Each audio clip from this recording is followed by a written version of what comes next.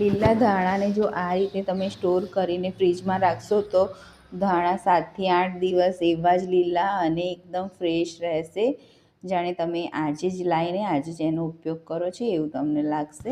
તો સૌથી પહેલાં મેં લીલા ધાણાની જોડીને સાફ કરી લીધી છે, મોટા દાંડા અલગ કરી લીધા છે અને ખાલી ધાણાનો ભાગ રહેવા દીધો છે।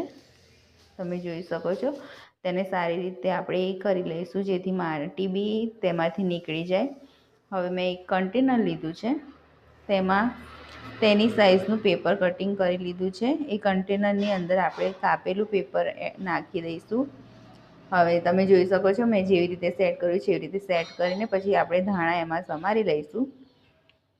આવી રીતે ધાણા સમારીને આપણે ભરી લઈશું અને પછી એને સારી રીતે વ્યવસ્થિત કરીને તેને ઢાંકીને આપણે બંધ કરી લઈશું। આ ધાણાની ચટણી આ ધાણા તમે 7 થી 8 દિવસ આવી રીતે સ્ટોર કરીને ફ્રીજમાં રાખશો તો એવા ને એવા રહેશે। આ ધાણા મેં ધોયા નથી, તમે જ્યારે બી ઉપયોગ કરવો હોય ત્યારે ધોઈને તેનો ઉપયોગ કરી લેજો। આવી રીતે મેં બીજું કન્ટેનર પણ ભરી લીધું છે ધાણાથી અને એને પણ એવી રીતે ધાણા સમારીને બંધ કરી લીધું છે। આ કન્ટેનર આવી રીતે પેક કરીને રાખવાથી 7 થી 8 દિવસ સુધી તમારા ધાણા